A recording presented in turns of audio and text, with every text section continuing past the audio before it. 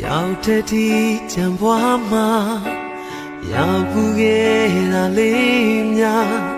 အိမ်မအဖြစ်နဲ့လွမ်းလို့ငွေရင်အေးခွဲတခါလောက်ချစ်မိခြင်းကတဘွားလုံးထွက်ကျင်နေရမပေါင်းဆိုင်ရလေအချစ်တွေပိုင်ဆိုင်ထား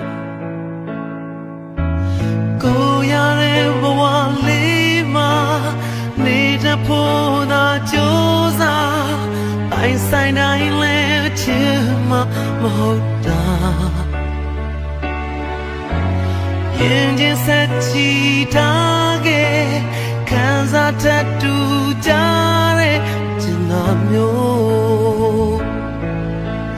နားလည်မှုပြင်းနေဝေကချင်တဲ့ချင်ပဲဘဝ